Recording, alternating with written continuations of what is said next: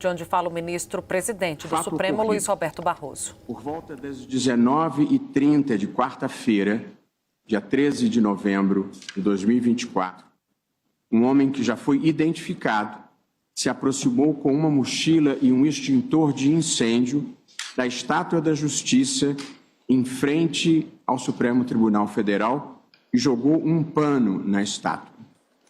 Diante da movimentação, um segurança do tribunal se aproximou para a abordagem. As imagens das câmeras de vigilância mostraram o momento em que o suspeito deixa a mochila no chão e recua, e mais agentes começam a se aproximar. O homem atirou então o primeiro artefato em direção à estátua, que não explodiu, e os agentes corajosamente começaram a cercá-lo. Ele arremessou um segundo artefato, que caiu mais perto da marquise do tribunal e causou uma explosão. A equipe de segurança conseguiu evitar que o homem se aproximasse do tribunal. Diante do cerco, esta pessoa acendeu mais um artefato, se deitou sobre ele e houve uma segunda explosão, causando-lhe morte imediata. Depois disso, a Polícia Judicial fez o primeiro isolamento do local.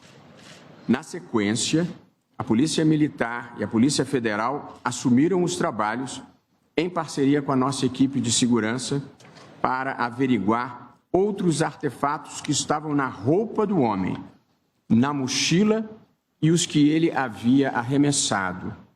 Os trabalhos duraram toda a madrugada e o corpo foi retirado às 9 horas da manhã desta quinta.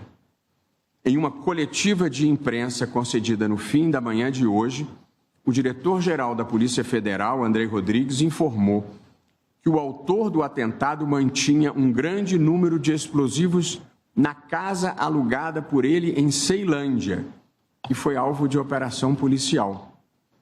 Uma gaveta, que felizmente foi aberta por um robô antibombas, gerou uma grande explosão.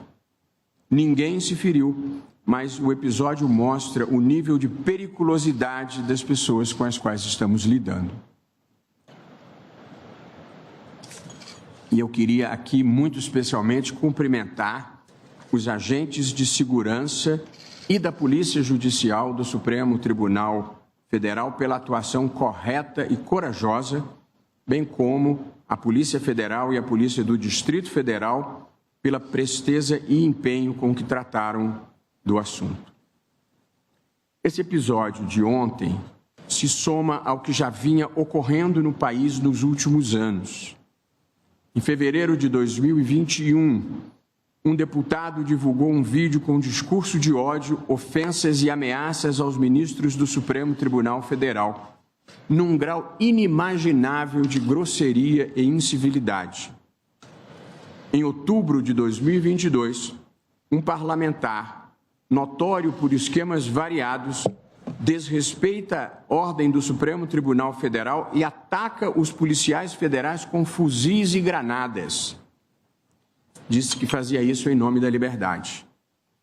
Em outubro de 2022, uma parlamentar persegue de arma em punho um cidadão que havia se manifestado criticamente, em tom, aliás, muito menos grave do que aquele a que todos nós vínhamos sendo submetidos.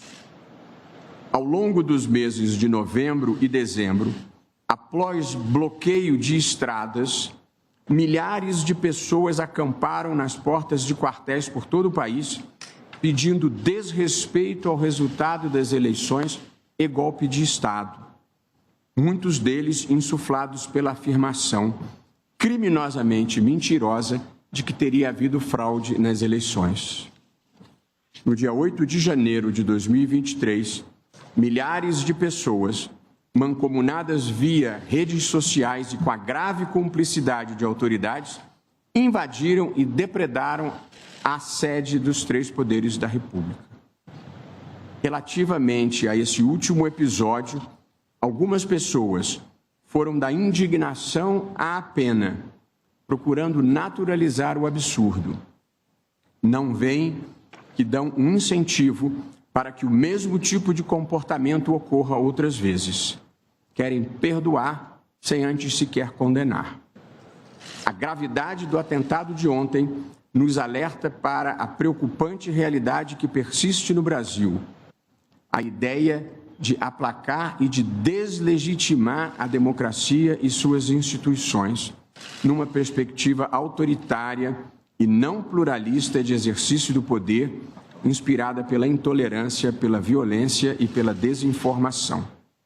Reforça também e, sobretudo, a necessidade de responsabilização de todos os que atentem contra a democracia. Cabe a pergunta: onde foi que nós nos perdemos nesse mundo de ódio, intolerância e golpismo? Por que subitamente se extraiu o pior das pessoas? Pessoas com visões diversas podem ter respostas diferentes para esse fato, para essa pergunta. Porém, mais do que procurar os inspiradores dessa mudança na alma nacional, o que nós precisamos é fazer o caminho de volta à civilidade e ao respeito mútuo. Superar essa crença primitiva de que quem pensa diferente de mim só pode ser um cretino completo a serviço de alguma causa escusa. A vida não deve ser vivida assim. A sociedade brasileira é plural. O Supremo Tribunal Federal é plural. Aqui estão pessoas que pensam de modo diferente acerca de muitos temas, mas nós nos tratamos com respeito e consideração e estamos todos irmanados nos valores que nos unem como nação e que se encontram na Constituição. E, por evidente, a não violência é um deles. A democracia, como sempre digo, tem lugar para conservadores, liberais e progressistas. Somos todos livres e iguais. Só não há lugar para quem não respeita as regras da própria democracia, para quem não respeita os direitos fundamentais dos outros, para quem pensa que a violência é uma estratégia de ação. Uma causa que precisa de ódio, de mentira e de violência não pode ser uma causa boa. Repito, ninguém tem o monopólio da verdade, ninguém tem o monopólio da virtude, nem tampouco do amor ao Brasil.